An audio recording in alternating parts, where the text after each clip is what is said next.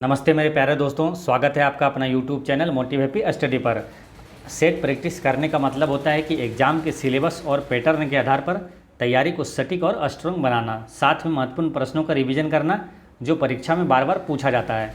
तो आज हम लोग किरण पब्लिकेशन का न्यू प्रैक्टिस सेट का सेट नंबर 4 का डिस्कशन करेंगे। और जो पीछे का वीडियो नहीं देखें वो प्ले लिस्ट में जाकर ज़रूर देख लीजिएगा। तो चलिए शुरू करते हैं। आज का पहला क्वेश्चन है कि गिरते हुए नारियल, तेज रफ्तार कारों, लुढ़कते हुए पत्थरों और उड़ते विमानों से किस प्रकार की ऊर्जा संबंधित है। तो इसमें किस प्रकार की ऊर्जा होगी। तो इस टाइप में दो प्रकार की ऊर्जा होती है, एक स्थितिज और एक होता है गतिज ऊर्जा। तो इसमें जो गिरते हुए नारियल या तेज रफ्तार जो कार चल रही है या तो लुढ़कता हुआ पत्थर, उड़ते विमान में, इस टाइप में क्या होता है, गतिज ऊर्जा होती है। इसका करेक्ट आंसर है गतिज ऊर्जा। ठीक है, तो स्थितिज ऊर्जा से भी उदाहरण से ही क्वेश्चन पूछा जाता है, जैसे कि खींचा हुआ धनुष, तना हुआ या तो दबा हुआ स्प्रिंग, इसमें कौन सा होगा, स्थितिज ऊर्जा होगा। ठीक है, तो इस टाइप के क्वेश्चन को याद रखना आपको, है ना। तो जो चलता हुआ, जैसे कि चलती हुई गोली, तो इस समय क्या होगा, गतिज ऊर्जा है। ठीक है, अब गतिज ऊर्जा से एक यहाँ पर फॉर्मूला आपको याद रखना है जिससे क्वेश्चन पूछा जाता है। गतिज ऊर्जा यानी कि काइनेटिक एनर्जी बराबर क्या होता है, हाफ mv²। ठीक है, हाफ mv² होता है। ठीक है, तो इससे यहाँ एक क्वेश्चन पूछा जाता है, कई बार क्वेश्चन एग्जाम में रिपीट हुआ है कि यदि वेग को दुगना कर दिया जाए तो गतिज ऊर्जा क्या होगी। तो वेग को दुगना करेंगे तो यहाँ पर क्या है, हाफ mv² है। तो वेग को दुगना करेंगे तो गतिज ऊर्जा क्या होगा, v² है, यानी 2 दूनी 4, यानी कि 4 गुना हो जाएगा, गतिज ऊर्जा 4 गुना हो जाएगा। ठीक है, तो ऐसे याद रखना है इसको। नेक्स्ट है, जम्मू इनमें से किस नदी के तट पर स्थित है। तो जम्मू किस नदी के तट पर है, तो ताबी नदी के तट पर स्थित है जम्मू। ठीक है, तवी नदी पर के तट पर स्थित है जम्मू। ठीक है, और यहाँ पर है राप्ती नदी। ठीक है, राप्ती नदी से एक महत्वपूर्ण प्रश्न पूछा जाता है कि कौन सी नदी हमारे पड़ोसी देश नेपाल से निकलती है। तो ऑप्शन में आपको दिया जाएगा, जैसे कि सिंधु नदी, गंगा नदी, ब्रह्मपुत्र नदी और राप्ती नदी। तो राप्ती नदी जो है ये नेपाल से निकलती है। ठीक है, तुंगभद्रा नदी की बात करते हैं। तो तुंगभद्रा नदी का प्राचीन नाम क्या था, तो प्राचीन नाम था इसका पंपा, है ना, पंपा इसका प्राचीन नाम था तुंगभद्रा का। ठीक है, और विजयनगर साम्राज्य किस नदी के किनारे स्थित है, तो वो भी तुंगभद्रा नदी के किनारे स्थित है। और महानदी से एक महत्वपूर्ण प्रश्न याद रखना आपको कि हीराकुंड बांध जो है, जो कि विश्व का सबसे लंबा बांध है, हीराकुंड बांध किस नदी पर स्थित है, तो वह है महानदी पर है, उड़ीसा में। ठीक है, तो हीराकुंड है, महानदी पर है, इसे याद ऐसे रख लेना है कि हीरा महान लोग पहनते हैं, यानी कि हीराकुंड बांध महानदी पर है। नेक्स्ट है, पृथ्वी का अपना वायुमंडल क्यों है। तो पृथ्वी का अपना वायुमंडल है गुरुत्वाकर्षण शक्ति के कारण। ठीक है, अब वायुमंडल से भी क्वेश्चन पूछा जाता है, याद रखना है। जैसे वायुमंडल को 5 परतों में बांटा गया है, तो सबसे निचला परत जो है क्षोभमंडल, उसके ऊपर रहता है समतापमंडल, फिर मध्यमंडल, उसके बाद तापमंडल और सबसे ऊपर होता है बहिर्मंडल। ठीक है, तो क्षोभमंडल जो है, क्वेश्चन ऐसे डायरेक्ट आएगा कि वायुमंडल का सबसे निचला परत कौन सा होता है, क्षोभमंडल होता है, और सबसे बाहर का जो होता है वो होता है बहिर्मंडल होता है। ठीक है, एक्सोस्फीयर कहा जाता है ना, एक्सोस्फीयर, और क्षोभमंडल को ट्रोपोस्फीयर कहा जाता है, समताप मंडल को स्ट्रेटोस्फीयर कहा जाता है। ठीक है, क्वेश्चन एक ये आता है कि जो मौसम की सारी घटनाएं किस मंडल में होती है, तो मौसम की सारी घटनाएं क्षोभमंडल में होती है। वायुयान किस मंडल में चलता है, तो समताप मंडल में चलता है। और रेडियो टीवी का जो संचालन होता है वो किस मंडल के कारण होता है, तो वो आयन मंडल के कारण होता है। ठीक है, तो ये सब चीज़ें याद रखना है। नेक्स्ट है, प्रेरक कौशल मस्तिष्क के कौन से भाग से संबंधित है। तो प्रेरक जो है, प्रेरक कौशल मस्तिष्क के कौन से भाग से संबंधित है, तो ये संबंधित है ललाट भाग से संबंधित है। प्रेरक कौशल ये ललाट भाग से संबंधित है। देखिए, मस्तिष्क का मुख्यतः 3 भाग होता है, एक अग्र मस्तिष्क, फिर है मध्य मस्तिष्क और एक है पश्च मस्तिष्क, यानी पीछे का। ठीक है, इसके अलावा भी और कुछ भी महत्वपूर्ण भाग है, जैसे कि सेरेब्रम, सेरिबेलम और मेडुला ओब्लांगेटा। ठीक है। तो सेरिब्रम के 4 भाग हैं, एक ललाट जिसको फ्रंटल लोब कहा जाता है, एक होता है पार्श्विका, एक टेम्पोरल लोब और एक है पश्च कपाल। ठीक है, तो जैसे कि ये पश्च कपाल, ललाट, ये सब सेरेब्रम का भाग है। ठीक है, तो वही ललाट भाग जो है ये प्रेरक कौशल मस्तिष्क के ललाट भाग से संबंधित है। ठीक है, अब कुछ क्वेश्चन याद रखना है आपको जो कि एग्जाम में डायरेक्ट पूछा जाता है कि मानव मस्तिष्क का कौन सा भाग बुद्धि, स्मृति या भावनाओं का केंद्र है, तो वो है प्रमस्तिष्क। ठीक है, याद रखना प्रमस्तिष्क, जिसको अग्र मस्तिष्क भी कहते हैं, तो वो है बुद्धि, स्मृति और भावनाओं का केंद्र है प्रमस्तिष्क। अच्छा, शरीर का संतुलन बनाए रखने में सहायक कौन सा होता है, तो वो होता है सेरिबेलम। ठीक है, इसको ऐसे याद रख लेना है, शरीर का संतुलन यानी कि बैलेंस, तो बैलेंस बनाने में सहायक होता है बेलम, बैलेंस बेलम है ना, बैलेंस सेरिबेलम है। ठीक है, नेक्स्ट है प्रोटोजोआ के अलावा कौन सा एंजाइम प्राणी जगत के सभी सदस्यों में मौजूद है, यानी कि प्रोटोजोआ के अलावा, यानी कि प्रोटोजोआ नहीं है। ठीक है, प्रोटोजोआ के अलावा कौन सा एंजाइम प्राणी जगत के सभी, प्रोटोजोआ के अलावा, ठीक है, कौन सा एंजाइम प्राणी जगत के सभी सदस्यों में मौजूद है, तो इसका करेक्ट आंसर है एमिलेस। ठीक है, एमिलेस। प्रोटोजोआ को छोड़कर सभी जानवरों में एमाइलेज एंजाइम पाया जाता है, ये भी याद रखना है। प्रोटोजोआ को छोड़कर सभी जानवरों में एमाइलेज एंजाइम पाया जाता है। ठीक है, और यहाँ पर क्या क्वेश्चन आता है कि प्रोटोजोआ के अलावा कौन सा एंजाइम, यानी कि एमिलेस एंजाइम प्रोटोजोआ के अलावा प्राणी जगत के सभी सदस्यों में मौजूद होता है एमिलेस। ठीक है, उसी तरह एक है प्रोटोजोआ को छोड़कर सभी जानवरों में एमाइलेज एंजाइम ये पाया जाता है। ठीक है, अच्छा, ज़्यादातर एंजाइम जो होता है वो प्रोटीन होता है। ठीक है, ज़्यादातर एंजाइम प्रोटीन होता है, सभी एंजाइम प्रोटीन नहीं होता है, ज़्यादातर एंजाइम प्रोटीन होता है, कुछ एंजाइम आरएनए अणु से बना होता है। ठीक है, अब यहाँ पर एक क्वेश्चन पूछा जाएगा कि कौन सा आमाशय में बनने वाला एक प्रोटीन पाचक एंजाइम है, तो वह पेप्सिन। ठीक है, कौन सा आमाशय में बनने वाला एक प्रोटीन पाचक एंजाइम है, तो वह पेप्सिन एंजाइम, ये वाला है ना, पेप्सिन एंजाइम। ठीक है, अच्छा, लार में कौन सा अम्ल पाया जाता है, तो टाइलिन या तो एमाइलेज।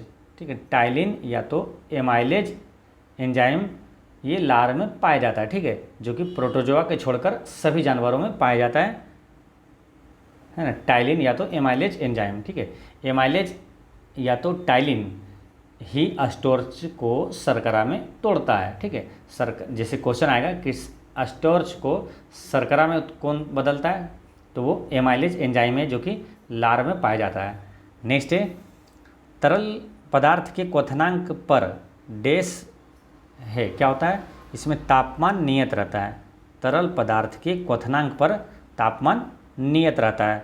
नेक्स्ट है कि वातावरण का वह स्तर जो इलेक्ट्रॉन्स और धनात्मक आयन के कुछ अंशों के मिश्रण से बना है वो क्या कहलाता है, तो इलेक्ट्रॉन्स और धनात्मक आयन के कुछ अंशों से मिश्रण से बना है, तो वो कौन सा है, तो आयनोस्फेयर है ना, आयनोस्फेयर यानी कि आयन मंडल है। इसका आंसर क्या रहेगा, ऑप्शन नंबर 2।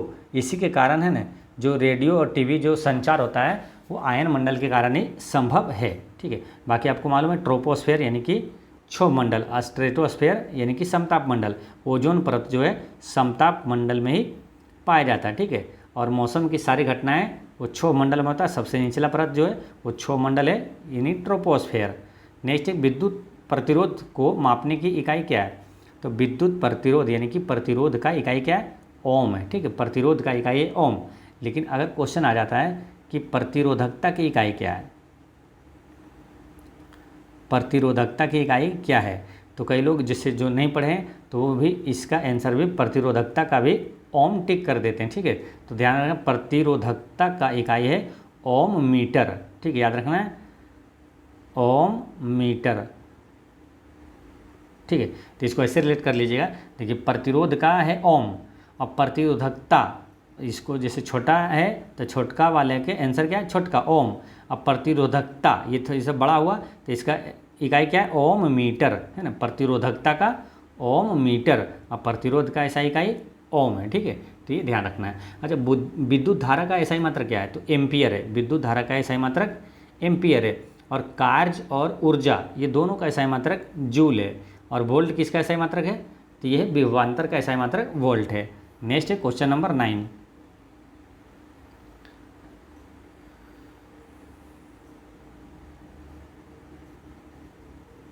प्रश्नकाल के बाद लोकसभा के किसी सदस्य द्वारा जनता के महत्व के किसी निश्चित विषय पर विचार विमर्श हेतु कार्यकारी का ध्यान आकर्षण करने के लिए रखा गया प्रस्ताव क्या कहलाता है, तो वो कहलाता है स्थगन प्रस्ताव कहलाता है।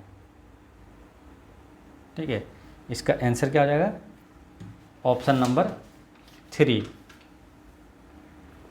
सार्वजनिक महत्व के अति आवश्यक विषय पर विचार विमर्श करने तथा कार्यपालिका का ध्यान इस मुद्दे पर आकर्षित करने के लिए लोकसभा के किसी सदस्य द्वारा स्थगन प्रस्ताव प्रस्तुत किया जाता है। ठीक है, तो ये ध्यान रखना है, स्थगन प्रस्ताव। तो इसका करेक्ट आंसर हो गया ऑप्शन नंबर 3। ठीक है, अच्छा प्रश्नकाल की अवधि क्या होती है मालूम, प्रश्नकाल की अवधि होती है, वो प्रश्नकाल का होता है जो मतलब संसद का जो पहला घंटा होता है वो प्रश्नकाल का होता है 11 से 12 बजे तक। ठीक है, और शून्यकाल की अवधि होता है वो प्रश्नकाल के बाद का होता है, यानी 12 से 1 बजे तक होता है, ये भी 1 घंटा होता है शून्यकाल। ठीक है, शून्यकाल के बारे में क्वेश्चन ज़्यादा पूछा जाता है, आपसे पूछा जाएगा शून्यकाल की अवधि क्या है, तो 1 घंटा है 12 बजे से 1 बजे तक। नेक्स्ट है मौद्रिक नीति का मुख्य उद्देश्य क्या होता है, तो मौद्रिक नीति का मुख्य उद्देश्य होता है कि मूल्य अस्थिरता के साथ आर्थिक विकास को प्रोत्साहित करना।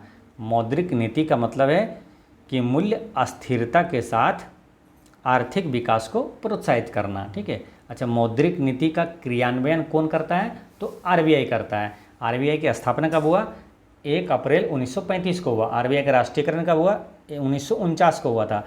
RBI का पहला भारतीय गवर्नर कौन था, CD देशमुख। RBI का वर्तमान गवर्नर कौन है, शक्तिकांत दास है। भारत का केंद्रीय बैंक कौन सा है, तो RBI है। ठीक है, RBI को ही बैंकों का बैंक कहा जाता है। और 1 रुपये के नोट पर किसका हस्ताक्षर होता है, तो वित्त सचिव का होता है, और बाकी सभी नोटों पर RBI के गवर्नर का हस्ताक्षर होता है। नेक्स्ट है वह एकमात्र वायसराय कौन थे जिनकी भारत में हत्या हुई थी, तो वो था लॉर्ड मेयो। लॉर्ड मेयो की हत्या भारत में हुई थी।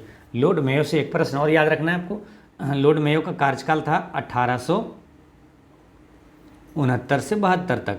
तो इसी के कार्यकाल में 1872 में पहली बार भारत में जनगणना हुआ था ना। जनगणना की शुरुआत पहली बार 1872 में हुआ था, लॉर्ड मेयो के समय हुआ था। ठीक है, फिर नियमित जनगणना की शुरुआत 1881 में हुआ था, लॉर्ड रिपन के समय। ठीक है, तो ये भी याद रखना है। बात करते हैं लॉर्ड हार्डिंग की, तो लॉर्ड हार्डिंग से एक प्रश्न आएगा कि क्योंकि लॉर्ड हार्डिंग कार्यकाल है 1910 से 16 तक है। ठीक है, इसके समय में क्या हुआ था, बंगाल विभाजन रद्द हुआ था। ठीक है, बंगाल विभाजन रद्द हुआ था 1911 में लॉर्ड हार्डिंग के समय। और बंगाल विभाजन हुआ था कब, तो बंगाल विभाजन 1905 में होता लॉर्ड कर्जन के समय। ठीक है, और बात करते हैं एक क्वेश्चन आएगा लॉर्ड एलन बैरो से कि दास प्रथा को समाप्त किसने किया था, तो लॉर्ड एलन बैरो के समय में हुआ था 1843 में। लॉर्ड एलन बैरो ने किया था 1843 में दास प्रथा को समाप्त किया था। सती प्रथा को समाप्त किया था 1829 में वो लॉर्ड विलियम बेंटिक। ठीक है, तो ये काफ़ी महत्वपूर्ण है, कन्फ्यूजन वाला भी है। दास प्रथा को समाप्त किया एलन बैरो और सती प्रथा को विलियम बेंटिक ने। नेक्स्ट है भारत में वित्तीय नीति का प्रमुख उद्देश्य कौन सा नहीं है। वित्तीय नीति का प्रमुख उद्देश्य कौन सा नहीं है, तो अर्थव्यवस्था में तरलता बढ़ाना ये मुख्य उद्देश्य नहीं है। बाकी मूल्य स्थिरता को प्रोत्साहित करना ये है, आमदनी और संपत्ति की असमानता को कम करना ये भी है, रोजगार के अवसरों को प्रोत्साहित करना ये भी है ना। वित्तीय नीति का ये सभी प्रमुख उद्देश्य है, लेकिन ये वाला नहीं है। अर्थव्यवस्था में तरलता बढ़ाना ये नहीं है। ठीक है, अच्छा भारत का वित्तीय वर्ष कौन सा मालूम, भारत का वित्तीय वर्ष है 1 अप्रैल से 31 मार्च है। और RBI का लेखा वर्ष क्या है, तो वो है जुलाई से जून तक है। काफ़ी महत्वपूर्ण प्रश्न है, दोनों याद रखना है। भारत का वित्तीय वर्ष 1 अप्रैल से 31 मार्च और RBI का लेखा वर्ष है जुलाई से जून तक। नेक्स्ट है थियोसॉफिकल सोसाइटी की संस्थापक कौन थे, तो थियोसॉफिकल सोसाइटी के संस्थापक थे मैडम ब्लावत्स्की, है ना, मैडम ब्लावत्स्की ये थियोसॉफिकल सोसाइटी के संस्थापक थे। अब इसी तरह एक क्वेश्चन आएगा, सत्यशोधक समाज के संस्थापक कौन थे? तो वो थे ज्योतिबा फूले, जो कि 1873 में स्थापना किया था। ज्योतिबा फूले सत्यशोधक समाज की स्थापना किए थे, ठीक है। और एनी बेसेंट और बाल गंगाधर तिलक से क्या आएगा? तो बाल गंगाधर तिलक ने होम रूल लॉ की स्थापना किया था पुणे में 1916 में, ठीक है। और एनी बेसेंट ने भी होम रूल लीग की स्थापना किया 1916 में, मद्रास में किया था एनी बेसेंट ने, ठीक है, होम रूल लीग की स्थापना। नेक्स्ट है, भारत के प्रथम फील्ड मार्शल कौन थे? तो भारत के प्रथम फील्ड मास्टर थे जनरल मानेकशॉ, है ना। इसका आंसर है option number 4, general Manekshaw Bharat के प्रथम फील्ड मार्शल थे। अच्छा, भारतीय वायुसेना के प्रथम एयर चीफ मार्शल कौन थे?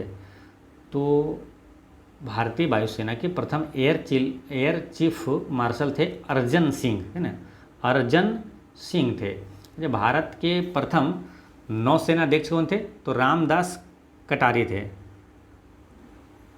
रामदास कटरी थे भारत के प्रथम नौसेना अध्यक्ष, ठीक है। करंट अफेयर में आपको याद रखना है, वर्तमान में थल सेना अध्यक्ष कौन है? तो उपेंद्र द्विवेदी है। वर्तमान में वायुसेना अध्यक्ष अमरप्रीत सिंह है।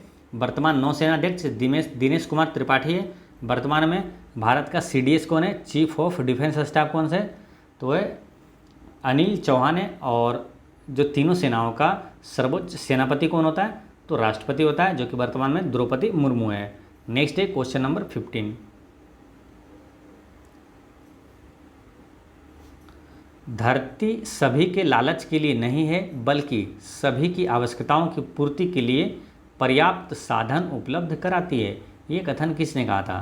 कि धरती सभी के लालच के लिए नहीं है, बल्कि सभी की आवश्यकताओं की पूर्ति के लिए पर्याप्त साधन उपलब्ध कराती है। ये कथन है गांधी जी का, है ना, महात्मा गांधी का है, ठीक है। महात्मा गांधी का प्रसिद्ध कथन जिससे प्रश्न पूछा जाता है, उस टाइप के कुछ प्रश्न कथन आपको बताते हैं, है ना, नोट करिएगा, ठीक है। पहला ये नोट करना है कि प्रेम की शक्ति दंड की शक्ति से 1000 गुना प्रभावशाली और अस्थायी होता है। ये किसने कहा था? तो गांधी जी ने कहा था। दूसरा कथन नोट करिएगा कि जब एक गलती करने की स्वतंत्रता ना हो, तब तक स्वतंत्रता का कोई अर्थ नहीं है। ये किसने कहा था? तो गांधी जी ने ही कहा था। तीसरा है कि काम की अधिकता नहीं, अनियमितता व्यक्ति को मार डालती है। काम की अधिकता नहीं, अनियमितता व्यक्ति को मार डालती है। ये कथन किनका है? तो गांधी जी का है। और एक महत्वपूर्ण है जो कि आपको भी हमेशा याद रखना चाहिए कि ऐसे जिएं जैसे आपको कल मरना है, और ऐसे सीखें जैसे आपको सदा जीना है। ये किसने कहा था? तो गांधी जी ने कहा था, ठीक है। तो ये हमेशा आपको याद रखना है कि ऐसे जिए जैसे आपको कल मरना है, और ऐसे पढ़ें जैसे आपको हमेशा जीना है। फिर आँख के बदले आँख पूरे विश्व को अंधा बना देगी। ये किसने कहा था? तो गांधी जी ने कहा था ना, आँख के बदले आँख पूरे विश्व को अंधा बना देगी। फिर निशस्त्र अहिंसा की शक्ति किसी भी परिस्थिति में सशस्त्र शक्ति से सर्वश्रेष्ठ होगी। निशस्त्र अहिंसा की शक्ति किसी भी परिस्थिति में सशस्त्र शक्ति से सर्वश्रेष्ठ होगी। ये गांधी जी ने ही कहा था। और एक है कि पाप से घृणा करो, पापी से नहीं। क्षमादान बहुत मूल्यवान चीज़ है। ये भी गांधी जी ने ही कहा था। और एक है मेरी अनुमति के बिना कोई भी मुझे ठेस नहीं पहुंचा सकता। ये किसने कहा था? तो गांधी जी ने कहा था। काफ़ी महत्वपूर्ण लाइन है, आप भी ये हमेशा ध्यान रखना है कि आपके अनुमति के बिना कोई भी आपको ठेस नहीं पहुंचा सकता, ठीक है। ठेस पहुंचाने की कोशिश कर सकता है, लेकिन आप अपने माइंड से ही उसको हंसी भी ले सकते हैं, या तो आप खुद दुखी हो सकते हैं, ठीक है। यानी आपके अनुमति के बिना कोई भी आपको ठेस नहीं पहुंचाता है, ठीक है। तो ये ध्यान रखना है। ये सब भी गांधी जी ने ही कहा था। नेक्स्ट क्वेश्चन है, स्वास्थ्य को संकट में डालने वाला सबसे गंभीर वायु प्रदूषक कौन सा है? तो सबसे गंभीर वायु प्रदूषक है सल्फर डाइऑक्साइड है, ठीक है। और ख़तरनाक तो ये भी है, कार्बन मोनोऑक्साइड भी है, जो कि हीमोग्लोबिन के साथ अभिक्रिया कर लेता है, और दम घोटने की जो समस्या हो जाती है कार्बन मोनोऑक्साइड से ही होता है, ठीक है। तो ये दोनों ध्यान रखना है। तो सबसे गंभीर जो प्रदूषक है, वायु प्रदूषक है, वो सल्फर डाइऑक्साइड है। सल्फर डाइऑक्साइड से एक अति महत्वपूर्ण प्रश्न आएगा कि अम्लीय वर्षा के लिए जिम्मेदार गैस कौन सा है, तो सल्फर डाइऑक्साइड है और नाइट्रस ऑक्साइड है। ठीक है, तो ये दोनों ध्यान रखना है, सल्फर डाइऑक्साइड और नाइट्रोजन ऑक्साइड है। ठीक, नेक्स्ट है, अच्छा यहाँ पर ओजोन की बात करें तो ओजोन का सूत्र पूछा जाएगा। ठीक है, O3 होता है और ओजोन परत है किस मंडल में पाया जाता है, समताप मंडल में। ओजोन संरक्षण दिवस कब मनाया जाता है, 16 सितंबर को मनाया जाता है। मॉन्ट्रियल प्रोटोकॉल का संबंध किससे है, तो ओजोन संरक्षण से है। तो ये सभी चीज़ें ओजोन से याद रखना है। ठीक है, और नाइट्रोजन ऑक्साइड, तो नाइट्रोजन ऑक्साइड क्या है, ये अम्लीय वर्षा के लिए ये जिम्मेदार है। नेक्स्ट है, गहरे समुद्र के गोताखोरों की ऑक्सीजन आपूर्ति में हीलियम मिलाई जाती है, क्यों, क्योंकि उच्च दाब पर नाइट्रोजन की अपेक्षा खून में कम घुलनशील होती है। कौन, तो हीलियम। ठीक है, इसलिए गहरे समुद्र के गोताखोरों की ऑक्सीजन तो रहता है, ठीक है, लेकिन ऑक्सीजन के साथ में हीलियम मिलाया जाता है क्योंकि उच्च दाब पर नाइट्रोजन की अपेक्षा खून में कम घुलनशील होती है। तो इसका करेक्ट आंसर है ऑप्शन नंबर 4 हो गया। ठीक है, क्वेश्चन डायरेक्ट ऐसे भी पूछा जाएगा कि समुद्र के गोताखोरों में जो अपने सिलेंडर में ऑक्सीजन के साथ कौन सी गैस मिलाई जाती है, तो हीलियम मिलाया जाता है, ये याद रखना है। नेक्स्ट है कि टेरिलीन, एथिलीन और ग्लाइकोल और किस अम्ल का संघनन बहुलक है। टेरिलीन, एथिलीन, ग्लाइकोल और किस अम्ल का संघनन बहुलक है, तो ये टेरेफ्थेलिक अम्ल का संघनक बहुलक है। टेरेफ्थेलिक अम्ल का संघनन बहुलक है। ठीक है, इस टाइप के एक प्रश्न काफ़ी महत्वपूर्ण जो कि बार बार रिपीट होता है, प्राकृतिक रबर किसका बहुलक है, तो वो आइसोप्रीन का बहुलक है। नेक्स्ट है कि भारतीय महासागर में सबसे छोटा द्वीप देश कौन सा है, तो सबसे छोटा द्वीप देश जो है वो मालदीव है। ठीक है, याद रखना है मालदीव। द्वीप की बात आई है तो विश्व का सबसे बड़ा द्वीप कौन सा है, तो वो ग्रीनलैंड द्वीप है। अच्छा, विश्व का सबसे बड़ा नदी द्वीप पूछे तो वो है माजुली, जो कि असम में ब्रह्मपुत्र नदी में है। ठीक है, अब विश्व का सबसे छोटा द्वीप भी वो भी असम में ही है, ब्रह्मपुत्र नदी में, उमानंदा है। ठीक है, याद रखना है, विश्व का सबसे बड़ा नदी द्वीप है माजुली, अब विश्व का सबसे छोटा नदी द्वीप है उमानंदा। संयोग से ये दोनों एक ही जगह है, ब्रह्मपुत्र नदी में, असम में ही, अपने भारत में ही है। ठीक है, तो ये याद रखना है। नेक्स्ट है, संसद की लोक लेखा समिति के अध्यक्ष की नियुक्ति कौन करता है, तो संसद के लोक लेखा समिति की अध्यक्ष की नियुक्ति लोकसभा का अध्यक्ष करता है। ठीक है, देखिए लोकसभा के अध्यक्ष से कई इंपॉर्टेंट क्वेश्चन पूछा जाता है जो कि कतई जहर प्रश्न है, आपको याद रखना है, निश्चित रूप से एग्जाम में पूछा जाता है।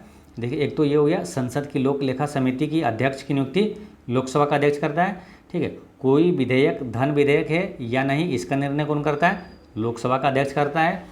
और संसद के संयुक्त अधिवेशन का अध्यक्षता कौन करता है, तो लोकसभा का अध्यक्ष ही करता है। ठीक है, लोकसभा का पहला अध्यक्ष कौन था, तो जीवी मावलंकर, पहली महिला अध्यक्ष मीरा कुमार, वर्तमान अभी में अध्यक्ष कौन है लोकसभा का, ओम बिरला। ठीक है, बात कर लेते हैं किसका, लोक लेखा समिति का। तो संसद का 3 प्रमुख समिति होता है। ठीक है, एक होता है प्राक्कलन समिति, एक लोक लेखा समिति, एक सार्वजनिक उपक्रम का समिति। अब देखिए प्राक्कलन समिति में कुल 30 सदस्य होता है। ठीक है, और केवल इसमें लोकसभा का सदस्य होता है। और लोक लेखा समिति में इसमें 22 सदस्य होता है, और इसमें क्या होता है, 15 होता है लोकसभा से और 7 होता है राज्यसभा से। ठीक है, और एक होता है सार्वजनिक उपक्रम समिति, इसमें भी होता है 22 सदस्य, 15 लोकसभा से और 7 राज्यसभा से। ठीक है, तो याद रखना है, काफ़ी महत्वपूर्ण, यहाँ से प्रश्न पूछा जाएगा ऐसे कि किस समिति में केवल लोकसभा के सदस्य होते हैं, तो प्राक्कलन समिति में केवल लोकसभा के सदस्य होते हैं 30 सदस्य। ठीक है, कितने सदस्य ये भी आपको बता दिए, इसमें 30 सदस्य, लोक लेखा समिति में 22 और सार्वजनिक उपक्रम समिति में 22 सदस्य होता है, और इसमें लोकसभा का 15 और राज्यसभा का 7 सदस्य होता है। ठीक है, इसका कार्यकाल भी पूछा जाएगा आपसे कि कितने वर्ष के लिए इसको नियुक्त किया जाता है सदस्यों को, तो 1 वर्ष के लिए सभी का। ठीक है, प्राक्कलन समिति, लोक लेखा और सार्वजनिक समिति, सभी सदस्यों को 1 साल के लिए ही इसमें चुना जाता है। ठीक है, तो ये ध्यान रखना है। नेक्स्ट क्वेश्चन है 21, निम्नलिखित में से कौन संवैधानिक संस्था नहीं है। संवैधानिक संस्था नहीं है, इसको कैसे तुरंत इसको छांट लेंगे। देखिए जिसका कोई अनुच्छेद है तो वो संवैधानिक संस्था है। ठीक है, संविधान में उसका जिक्र है, यानी अनुच्छेद में है, वो संविधान के किसी न किसी अनुच्छेद में, जैसे संघ लोक सेवा आयोग ये आपको मालूम है अनुच्छेद 315 में है, चुनाव आयोग अनुच्छेद 324 में है और वित्त आयोग अनुच्छेद 280 में है। तो ये तीनों अनुच्छेद में है, यानी कि ये संवैधानिक संस्था है। ये कर्मचारी चयन आयोग ये संवैधानिक संस्था नहीं है, ठीक है। तो ये ऐसे याद रखना है इसको। नेक्स्ट क्वेश्चन है, राष्ट्रपति के चुनाव में निम्न में से कौन भाग लेते हैं? तो राष्ट्रपति के चुनाव में ये भी कतई जहर प्रश्न है, यहाँ से प्रश्न पूछा जाता है राष्ट्रपति के चुनाव में कौन भाग लेता है, उपराष्ट्रपति के चुनाव में कौन कौन भाग लेता है, ठीक है। तो ये सभी चीज़ें आपको याद रखना है। तो राष्ट्रपति के चुनाव में भाग लेता है संसद के दोनों सदनों एवं राज्य विधान सभा के सभी निर्वाचित सदस्य, ठीक है। तो याद रखना है राष्ट्रपति के चुनाव में संसद के दोनों सदन के सदस्य और राज्य विधानसभा के सभी निर्वाचित सदस्य भाग लेता है। लेकिन उपराष्ट्रपति के चुनाव में कौन भाग लेता है अगर पूछे तो केवल इसमें संसद के दोनों सदनों के सदस्य निर्वाचित और मनोनीत सदस्य, ठीक है। यानी केवल दोनों सदनों के निर्वाचित और मनोनीत सदस्य इसमें भाग लेता है, दोनों सदनों यानी कि लोकसभा और राज्यसभा के, ठीक है, उपराष्ट्रपति में। लेकिन राष्ट्रपति में क्या एक बढ़ जाता है, राज्य विधानसभा के सभी निर्वाचित सदस्य राष्ट्रपति के चुनाव में भाग लेता है, ठीक है। अब बात करते हैं कि राष्ट्रपति के चुनावी विवाद का कौन सुलझाता है? तो सर्वोच्च न्यायालय यानी कि सुप्रीम कोर्ट सुलझाता है, ठीक है। राष्ट्रपति हो या तो उपराष्ट्रपति के चुनावी विवाद को निपटारा कौन करता है? Supreme court. अच्छा, राष्ट्रपति और उपराष्ट्रपति ये दोनों के लिए न्यूनतम आयु कितनी होती है बनने के लिए? तो 35 वर्ष होता है। राष्ट्रपति और उपराष्ट्रपति ये दोनों की जमानत राशि कितनी होती है? 15,000 रुपया होता है, जबकि लोकसभा का सदस्य के जमानत राशि 25,000 रुपया होता है। राष्ट्रपति का पद किस अनुच्छेद में है? तो अनुच्छेद 52 में। काफ़ी महत्वपूर्ण अनुच्छेद यहाँ पर लिखा रहे हैं, हमेशा आपको याद रहना चाहिए। राष्ट्रपति का पद अनुच्छेद 52 में है। राष्ट्रपति पर महाभियोग अनुच्छेद 61 में है। राष्ट्रपति को क्षमादान की शक्ति अनुच्छेद 72 में है। राष्ट्रपति जो महान्यायवादी की नियुक्ति करता है तो महान्यायवादी अनुच्छेद 76 में है। और भारत का नियंत्रक एवं महालेखा परीक्षक अनुच्छेद 148 में, ठीक। नेक्स्ट क्वेश्चन है, वातावरण में प्रदूषकों की सांद्रता को मापा जाता है तो किस में मापा जाता है? तो इसको मापा जाता है ppm में, यानी कि इसको मापा जाता है पार्ट पर मिलियन में, पार्ट पर मिलियन में ना ppm में मापा जाता है, ठीक। नेक्स्ट है, लाल रंग की रोशनी में हरे रंग के पत्ते वाले पौधे कैसे दिखेंगे? तो लाल रंग की रोशनी में हरे रंग के पत्ते वाले पौधे वो काला दिखेगा। या तो पूछे नीले रंग की रोशनी में भी हरे पत्ते कैसे दिखेगा? तो वो काला दिखेगा। नेक्स्ट है, तटीय मैदानों और उत्तर भारतीय मैदानों में उत्कृष्ट मिट्टी के प्रकार हैं। तो तटीय मैदान और उत्तर भारतीय मैदान में उत्कृष्ट मिट्टी के प्रकार कौन सा है? तो वो है जलोढ़ मिट्टी, है ना। इसका करेक्ट आंसर हो जाएगा ऑप्शन नंबर 4 होगा, जलोढ़ मिट्टी, ठीक है। देखिए, मिट्टी से भी प्रश्न पूछा जाता है निश्चित रूप से, न एग्जामों में, हर एग्जाम में आता ही आता है क्वेश्चन, ठीक है। क्योंकि ज्योग्राफी से प्रश्न आएगा तो मिट्टी से आएगा ही आएगा, ठीक है। तो मिट्टी से कुछ अति महत्वपूर्ण प्रश्न आपको याद रखना है, ठीक है। जैसे भारत में अगर पूछे सर्वाधिक क्षेत्र में पाए जाने वाला मिट्टी कौन सा है? तो वो जलोढ़ मिट्टी ही है, ठीक है। और भारत के जो सर्वाधिक उपजाऊ मिट्टी कौन सा है? तो ये जलोढ़ मिट्टी ही है, ठीक है। अच्छा, चाय और कॉफ़ी के लिए सर्वाधिक उपयुक्त मिट्टी कौन सा है? तो वो लेटेराइट मिट्टी है, ठीक, याद रखना है। अब काजू के उत्पादन के लिए सर्वाधिक उपयुक्त मिट्टी कौन सा है? तो वो है लाल लेटेराइट मिट्टी। और कपास की खेती के लिए सबसे उपयुक्त मिट्टी है वो काली मिट्टी है, ठीक है। और किसे रेगुर मिट्टी भी कहा जाता है? तो काली मिट्टी को रेगुर मिट्टी भी कहा जाता है, ठीक है। मिट्टी का अध्ययन क्या कहलाता है? तो पेडोलॉजी कहलाता है।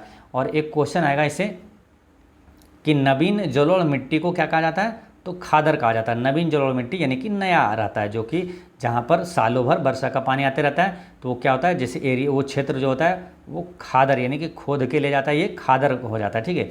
ये नया हमेशा रहता है मिट्टी। और ये जो पुरानी जलोढ़ मिट्टी होता है वो उससे कहा जाता है बांगर, यानी कि मिट्टी जो है वो पुरानी हो जाती है, जहाँ वर्षा कभी कभार होता है साल में एक बार, तो बांगर कहलाता है, ठीक है। और ये नई जो है वो खादर कहलाती है। जैसे पानी आया तो खोद के से मिट्टी ले चला जाता है तो ये नया रहता है, ठीक है। तो नई जलोढ़ मिट्टी ये खादर कहलाती है और पुरानी जलोढ़ मिट्टी ये बांगर कहलाता है। नेक्स्ट है, प्रति व्यक्ति आय मापने के लिए निम्न में से किस फॉर्मूला का इस्तेमाल किया जाता है? तो आपको मालूम है कि प्रति व्यक्ति आय का मतलब होता है क्या कि जो राष्ट्रीय आय होता है और बटा में कुल जनसंख्या होता है। ठीक है, इसका करेक्ट आंसर ऑप्शन नंबर 4 हो गया। ठीक है, अच्छा राष्ट्रीय आय का अनुमान सबसे पहले किसने लगाया था? तो भारत में राष्ट्रीय आय का अनुमान सबसे पहले दादा भाई नौरोजी ने लगाया था। और प्रति व्यक्ति कितना रुपये लगाया था? तो 20 रुपये प्रति व्यक्ति अनुमान लगाया था। नेक्स्ट है, भारत में अंग्रेजों के लिए फ्रांसीसी चुनौती निम्नलिखित में से किस युद्ध के बाद समाप्त हो गई? यानी कि फ्रांसीसियों की अंतिम रूप से हार किस युद्ध में हुआ था? तो हुआ था बांडीवास का युद्ध में हुआ था, है ना। ऑप्शन देखते हैं कहाँ पर है। बांडीवास का युद्ध ऑप्शन नंबर 3 में है। बांडीवास का युद्ध कब हुआ था? तो 1760 में हुआ था। ठीक है, फ्रांसीसी और अंग्रेजों की वजह, जिसमें फ्रांसीसियों की बुरी तरह हार हुई थी बांडीवास का युद्ध में। और बांडीवास का युद्ध हो गया। और बात करते हैं प्लासी का युद्ध है ऊपर। प्लासी का युद्ध कब हुआ था? तो प्लासी का युद्ध हुआ था 1757 में, है ना। बक्सर का युद्ध कब हुआ? 1764 में। और श्रीरंगपट्टनम का युद्ध कब हुआ था? 1799 में। ठीक है, जिस समय टीपू सुल्तान की मृत्यु हो गई थी। नेक्स्ट है पीवीसी। पीवीसी किसके बहुलीकरण के बाद गठित होता है? तो ये विनाइल क्लोराइड के बहुलीकरण के बाद ये गठित होता है। ठीक है, प्राकृतिक रबर किसका बहुलक है? तो आइसोप्रीन का बहुलक है। अच्छा, भाषा के आधार पर निम्नलिखित में से किस राज्य का गठन हुआ है? तो भाषा के आधार पर गठित होने वाला पहला राज्य है आंध्र प्रदेश। आंध्र प्रदेश राज्य की स्थापना कब हुआ था? 1953 में हुआ था। अब दो यहाँ प्रश्न, कतई जहर प्रश्न याद रखना है कि राज्य पुनर्गठन आयोग की स्थापना कब हुआ? राज्य पुनर्गठन आयोग का स्थापना 1953 में हुआ था। ठीक है, लेकिन कन्फ्यूजन वाला प्रश्न यहाँ पर यही आएगा कि राज्य पुनर्गठन आयोग अधिनियम कब पारित हुआ? तो ये हुआ था 1956 में। ठीक है, तो इसको ऐसे रिलेट कर लेना है थोड़ा सा हिंट में कि देखिए राज्य पुनर्गठन आयोग यानी कि कोई संस्था है, आयोग है, पहले उसका गठन होगा यानी 1953 में, तभी तो उसके बाद ही ना कोई अधिनियम पारित होगा। तो ये अधिनियम वाला बाद वाला है 1956 वाला। ठीक है, तो राज्य पुनर्गठन आयोग ये अधिनियम कब हुआ था पारित? तो 1956 में। ठीक, नेक्स्ट है अपचयन रेडॉक्शन अभिक्रिया में क्या होता है? तो अपचयन में क्या होता है? हाइड्रोजन की वृद्धि होती है। अपचयन में हाइड्रोजन की वृद्धि होती है। ठीक है, अब हाइड्रोजन से कई प्रश्न पूछा जाता है, आपको हमेशा याद रखना है। ठीक है, कुछ हल्के प्रश्न भी होते हैं जो कि एग्जाम में बार बार रिपीट होता है। जैसे सबसे हल्का गैस कौन सा है? हाइड्रोजन है। भविष्य का ईंधन किसे कहा जाता है? हाइड्रोजन को कहा जाता है। हाइड्रोजन के कितनी समस्थानिक है? तो 3 समस्थानिक होता है ना। प्रोटियम, ड्यूटेरियम और ट्रिटियम, ये 3 समस्थानिक होता है हाइड्रोजन का। ब्रह्मांड में सबसे ज़्यादा पाया जाने वाला तत्व या गैस कौन सा है? तो हाइड्रोजन है। तारा में भी पूछे, सूर्य में पूछे, सबसे ज़्यादा तो हाइड्रोजन पाया जाता है। ठीक है, तो ये सभी चीज़ें याद रखना है।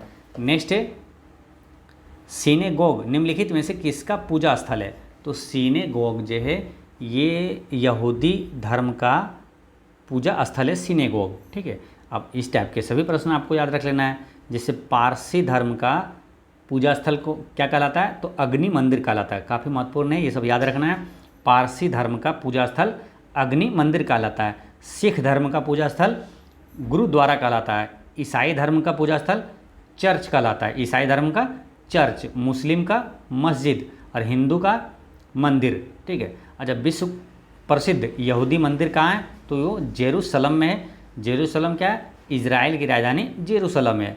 नेक्स्ट है निम्न में से कौन गलत सुमेलित है? तो विटामिन सी की कमी से अस्कर्वी रोग होता है, ये सही है।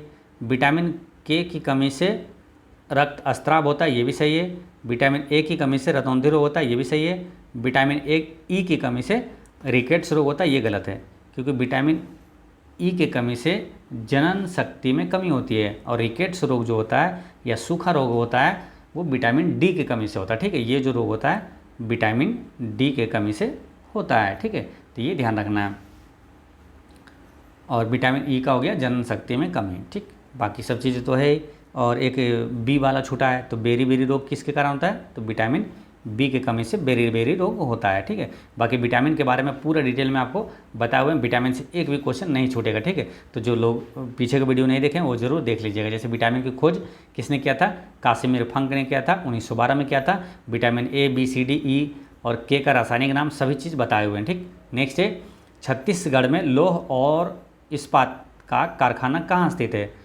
तो लौह और इस्पात कारखाना छत्तीसगढ़ में जो है वो कौन सा है, भिलाई इस्पात कारखाना है। काफ़ी महत्वपूर्ण है। यहाँ से क्वेश्चन एक ये भी पूछा जाएगा कि भिलाई इस्पात संयंत्र जो है किस देश के सहयोग से स्थापित हुआ था। तो भिलाई इस्पात संयंत्र ये स्थापित हुआ था रूस के सहयोग से, ठीक है, याद ऐसे रख लेना है, भीरू, ठीक है, यानी कि भिलाई जो है रूस के सहयोग से स्थापित हुआ था। इकोनॉमिक्स प्रश्न पूछा जाएगा ये।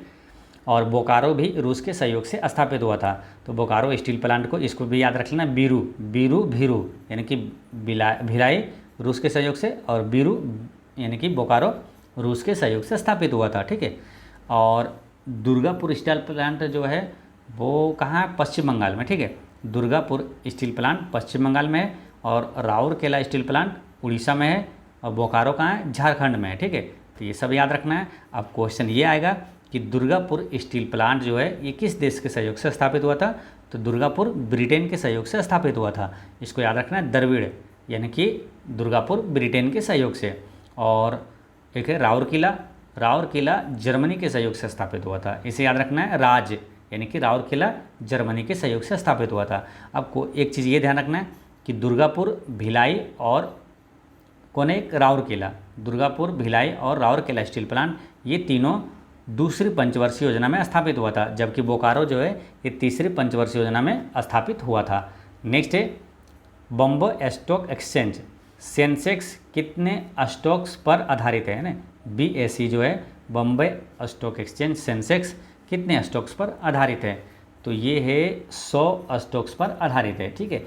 एशिया का सबसे पुराना स्टॉक एक्सचेंज पूछे तो यही है बॉम्बे स्टॉक एक्सचेंज, ठीक है। और बॉम्बे स्टॉक एक्सचेंज कहाँ स्थित है, तो ये दलाल स्ट्रीट मुंबई में है। नेशनल स्टॉक एक्सचेंज का मुख्यालय कहाँ है, तो वो भी मुंबई में है। नेक्स्ट है कि भारतीय संविधान के किस अनुच्छेद में वित्तीय आपात का वर्णन किया है। वित्तीय आपात, वित्तीय आपात है अनुच्छेद 360 में है, ठीक है। आपातकालीन प्रावधान जो है ये आपको है अनुच्छेद 352 से 360 तक है, ठीक है। जिसमें क्वेश्चन आता है राष्ट्रीय आपात किस अनुच्छेद में, तो अनुच्छेद 352 में है। और राष्ट्रपति शासन अनुच्छेद 356 में। ऐसे समझिए कि राष्ट्रीय आपात अनुच्छेद 352 में है, राष्ट्रपति शासन अनुच्छेद 356 में है, और वित्तीय आपात अनुच्छेद 360 में है। राष्ट्रीय आपात अब तक भारत में कितनी बार लगा, तो ये 3 बार लगा है राष्ट्रीय आपात भारत में अब तक। कब कब, 1962 में, 1971 में और 1975 में लगा था, ठीक है। 3 बार लगा, कब कब लगा ये भी ध्यान रखना है। और अनुच्छेद जो 356 है राष्ट्रपति शासन है, ये पहली बार किस राज्य में लगा था, पंजाब में, ठीक है। बिहार में अगर पूछे कितनी बार राष्ट्रपति शासन लगा है, तो अब तक 8 बार लगा है। वित्तीय आपात भारत में अब तक कितनी बार लगा है, तो 1 बार भी नहीं लगा है, ठीक है। और आपात उपबंध जो है ये कहाँ से लिया गया है, तो जर्मनी से लिया गया है, ठीक है। तो ये सारी चीज़ें आपको याद रखना है। नेक्स्ट है क्वेश्चन नंबर 36।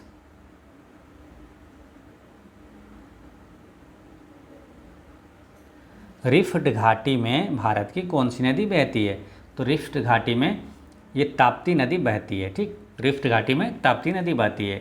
अच्छा, सतपुड़ा पर्वत किस नदी के बीच में है, मालूम है, तो वो है नर्मदा और ताप्ती के बीच में है सतपुड़ा पर्वत है। और ये कहाँ है, मध्य प्रदेश में, ठीक है। तो इसको याद रखना है, नास्ता, यानी कि नर्मदा और ताप्ती के बीच में सतपुड़ा पर्वत है ना, नास्ता, नर्मदा, सतपुड़ा और ताप्ती नदी, ठीक है। ये दोनों के बीच में है सतपुड़ा पर्वत। सतपुड़ा पर्वत की सबसे ऊंची चोटी है धूपगढ़, और सतपुड़ा पर्वत ये टाइगर रिजर्व है, ये कहाँ है, तो मध्य प्रदेश में, ठीक है। तो ये चीज़ें याद रखना है। और रही बात क्या, घाटी, तो घाटी से क्वेश्चन आता है, जैसे कि पूछेगा शांत घाटी किस राज्य में, केरल में। फूलों की घाटी उत्तराखंड में है। चामोली घाटी भी उत्तराखंड में है। पंजशीर घाटी पूछे तो वो अफगानिस्तान में है। नेक्स्ट है टीकाकरण क्या है, तो टीकाकरण क्या है, तो कृत्रिम सक्रिय उपार्जित प्रतिरक्षा है। कृत्रिम सक्रिय उपार्जित प्रतिरक्षा है टीकाकरण। अब टीकाकरण की बात आई है, यहाँ से क्वेश्चन पूछा जाता है। तो सबसे पहले टीकाकरण की खोज किसने किया था, तो एडवर्ड जेनर ने किया था। और किस टीके की खोज किया था, तो चेचक का टीका की खोज एडवर्ड जेनर ने किया था। अच्छा, पोलियो के टीका की खोज किसने किया, अल्बर्ट सेबिन ने किया था। रेबीज के टीके की खोज लुई पास्चर ने किया था। दुनिया का पहला एंटीबायोटिक कौन सा है? तो वो पेनिसिलिन है। पेनिसिलिन की खोज किसने किया था? अलेक्जेंडर फ्लेमिंग ने किया था। नेक्स्ट है, निम्न में से कौन सा युग्म सही सुमेलित है? सही सुमेलित कौन सा है? तो देखिए, ये जो कुचिपुड़ी है ये आंध्र प्रदेश का शास्त्रीय नृत्य है, ये सही है। और ये कन्फर्म 100% हमेशा आपके दिमाग में रहेगा सही है। कैसे? तो इसको ऐसे याद रखिए कि आंध्रा में कच्छ का पुड़िया खा गए। आंध्रा में कच्छ का पुड़िया खा गए, यानी कि कुचिपुड़ी शास्त्रीय नृत्य आंध्र प्रदेश का है। ठीक है, तो हमेशा हमें याद रहेगा आंध्रा में कच्छ का पुड़िया खा गए। तो कुचिपुड़ी शास्त्रीय नृत्य किस राज्य का है? आंध्र प्रदेश का है। कथकली कहाँ का है? तो कथकली है केरल का। ठीक है, तो यहाँ तमिलनाडु दिया, ये तो गलत है। ठीक, और कथक जो है ये उत्तर भारत का या तो उत्तर प्रदेश का। ठीक है, ये भी गलत है। तो इसको ऐसे याद रखना है कथकली। तो कथकली और कथक में कन्फ्यूजन ना हो तो याद रखना है इसे कथकली, है ना, लास्ट में लो आ रहा है तो केरल। कथकली केरल, कथकली केरल, और कथक जो है ये उत्तर प्रदेश का है। ठीक, वो ये उत्तर भारत का भी बोल सकते हैं कथक। और कथकली लो वाला जैसे आया, देखिए कन्फ्यूजन ऐसे ही होता है कि कथक और कथकली में लगे कौन है? केरल का। ठीक है, तो कथकली जैसे लो आया दिमाग में तुरंत आ जाएगा केरल। ठीक है, और मोहिनी अट्टम भी शास्त्रीय नृत्य केरल का ही है। और कथक जो है उत्तर भारत का। भरतनाट्यम कहाँ का है? तो भरतनाट्यम किस राज्य का शास्त्रीय नृत्य है? तमिलनाडु का। ये सब कतई जहर प्रश्न है, निश्चित रूप से एग्जाम में पूछा जाता है। शास्त्रीय नृत्य हो, लोक नृत्य हो, 100% क्वेश्चन आएगा ही तो आएगा। ठीक है, तो याद रखना है। देखिए, अभी तक भारत में कुल कितने शास्त्रीय नृत्य थे? तो देखिए क्या है कि संगीत नाटक अकादमी द्वारा मान्यता प्राप्त जो है वो 8 शास्त्रीय नृत्य है। ठीक है, जो कि आपको बता दिए हैं, जैसे कुचिपुड़ी बता दिए आपको, कथकली, मोहिनी अट्टम ये केरल का है, कथक यूपी का है, भरतनाट्यम तमिलनाडु का है, ओडिसी उड़ीसा का है, मणिपुरी मणिपुर का है, और सतरिया असम का है। ठीक है, और एक जो है नया एक है छऊ। छऊ को संस्कृति मंत्रालय द्वारा मान्यता प्राप्त मिला है। ठीक है, यानी कि 9 शास्त्रीय नृत्य हो गया संस्कृति मंत्रालय के अनुसार, लेकिन संगीत नाटक अकादमी जो है 8 को ही अभी मान्यता दिया है। ठीक है, तो ये ध्यान रखना है। छऊ जो शास्त्रीय नृत्य हो जाएगा ये कहाँ पर मनाया जाता है? तो ये बंगाल, उड़ीसा और झारखंड, ये तीनों जगह का है। ठीक है, छऊ छऊ। ठीक, नेक्स्ट क्वेश्चन है, संयुक्त राष्ट्र सुरक्षा परिषद में अस्थायी सदस्यों के निर्वाचन की अवधि कितने समय के लिए होती है? तो अस्थायी सदस्यों के जो अवधि होती है, कार्यकाल होता है, वो 2 वर्ष का होता है। ठीक, याद रखना 2 वर्ष का। अच्छा, संयुक्त राष्ट्र सुरक्षा परिषद में कुल कितने सदस्य देश है? तो कुल है 15। ठीक है, जिसमें 10 है अस्थायी, 10 है अस्थायी और 5 है अस्थायी। ठीक है, तो अस्थायी सदस्य देश कौन कौन सा है वो आपको याद रखना है। क्वेश्चन पूछा जाएगा कि इनमें से कौन संयुक्त राष्ट्र सदस्य का अस्थायी सदस्य देश नहीं है। ठीक है, तो है कौन कौन सा वो याद रखना है। तो वो है अमेरिका, ब्रिटेन, चीन, फ्रांस और रूस है। ठीक, इसको ऐसे याद रखना है। 5 अस्थायी सदस्य ABC को फाड़ दो, यानी कि ABC यानी कि अमेरिका, ब्रिटेन, चीन, फाड़ दो यानी फ्रांस और रूस। ठीक, तो ये 5 देश आपको याद रहेगा। ABC को फाड़ दो, ये UNO का जो सुरक्षा परिषद है उसका अस्थायी सदस्य देश है। ABC को फाड़ दो, अमेरिका, ब्रिटेन, चीन, फ्रांस और रूस। ठीक, अच्छा, UNO की स्थापना कब हुआ था? तो 24 अक्टूबर 1945 को हुआ था UNO की स्थापना। अब इसी 24 अक्टूबर से एक प्रश्न पूछा जाएगा कि संयुक्त राष्ट्र दिवस कब मनाया जाता है? तो 24 अक्टूबर को मनाया जाता है। UNO का मुख्यालय कहाँ है? तो न्यूयॉर्क में है। नेक्स्ट है, विश्व के निम्नलिखित में से किस क्षेत्र के कुछ भाग अपने समृद्ध खट्टे फलों के उत्पादन के लिए जाने जाते हैं? तो कौन सा भाग है जो खट्टे फलों के उत्पादन के लिए जाना जाता है? तो भूमध्य सागरीय क्षेत्र है। भूमध्य सागरीय क्षेत्र जो है ये खट्टे फलों के लिए जाना जाता है। ठीक है, अच्छा, भूमध्य सागरीय जलवायु क्षेत्र जो है वो कौन सा होता है मालूम?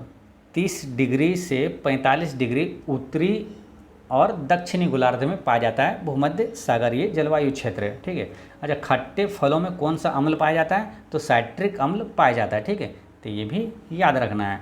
अच्छा, भूमध्य सागरीय जलवायु में वर्षा मुख्य रूप से पश्चिमी हवा के कारण होता है, ये ध्यान रखना है। ठीक है, भूमध्य सागरीय जलवायु में वर्षा मुख्य रूप से पश्चिमी हवा के कारण होता है। ठीक है, तो इस तरह से आपका सेट नंबर 4 का पूरा जो GK GS का प्रश्न होता है 40 प्रश्न पूछा जाता है तो वो पूरा समाप्त होता है। और पिछले वीडियो में मैंने आपसे क्वेश्चन पूछा था कि एप्पल का CEO कौन है, तो एप्पल का CEO कौन है, टिम कुक है ना, टिम कुक। और आज का क्वेश्चन है कि 75वां गणतंत्र दिवस जो कि 2024 में हुआ था उसका मुख्य अतिथि कौन थे। तो इसका आंसर आप कमेंट में दीजिएगा और कोई भी डाउट हो तो कमेंट में पूछिएगा। और एक चीज़ हमेशा याद रखना है कि आपकी मुस्कान एक अनमोल खजाना है, इसे छोटी छोटी बातों में खोने ना दें।